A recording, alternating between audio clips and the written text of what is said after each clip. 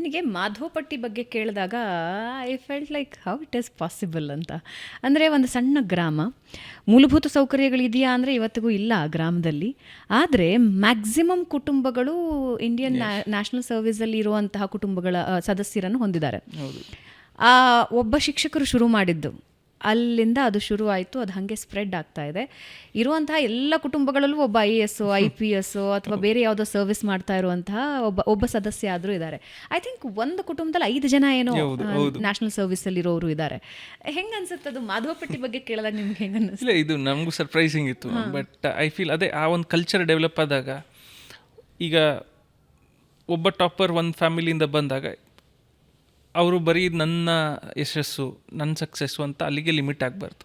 So ಅವ್ರ ಮೇಲೆ ಭಾಳಷ್ಟು ರೆಸ್ಪಾನ್ಸಿಬಿಲಿಟಿ ಇದೆ. ದಟ್ ವಾಪಸ್ ಮತ್ತೆ ತಿರ್ಗಾ ಸೊಸೈಟಿಗೆ, ಸಮಾಜಕ್ಕೆ ಕಂಟ್ರಿಬ್ಯೂಟ್ ಮಾಡಬೇಕಾಗತ್ತೆ, ಭಾಳಷ್ಟು ಗೈಡೆನ್ಸ್ ಕೊಡಬೇಕಾಗತ್ತೆ. And I think even social media stories are also important ಈ ನಿಟ್ಟಿನಲ್ಲಿ. Because it will send out a message that ನಮ್ಮ ಭಾಗದಿಂದ ಯಾರೋ ಒಬ್ಬರು ಪಾಸ್ ಆದರು, ಅಲ್ಲಿಂದ it will motivate a lot of people.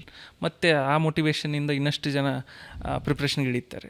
So yes, so I feel ಆ ಒಂದು ಸ್ಟ್ರಾಂಗ್ ಎಕೋಸಿಸ್ಟಮ್ ಬಿಲ್ಡ್ ಮಾಡಬೇಕಾಗತ್ತೆ. It is government, it is institutes, it is family. So it is every once roll. And I feel civil services is one such platform where we can contribute so much to the nation, so much to the public.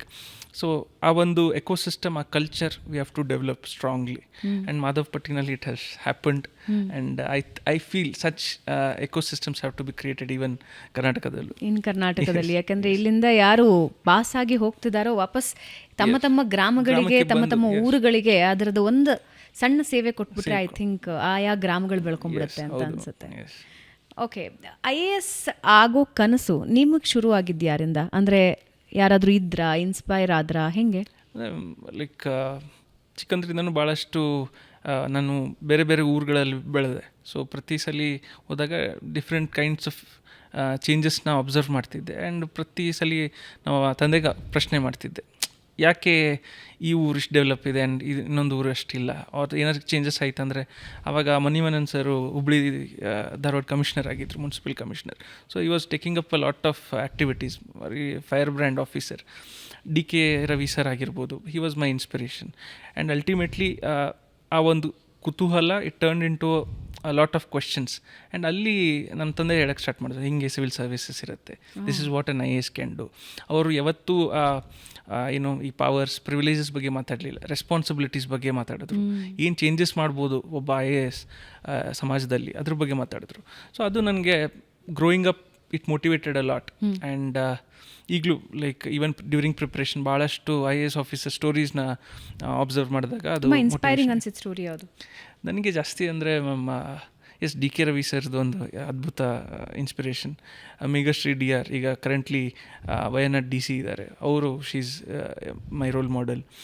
ಹೀಗೆ ನಮ್ಮ Swachh Bharat mission ಮಾಡಿದಂಥ ಅವ್ರ sir IAS, he was senior IAS officer, he was very good. Parameswaran Iyer.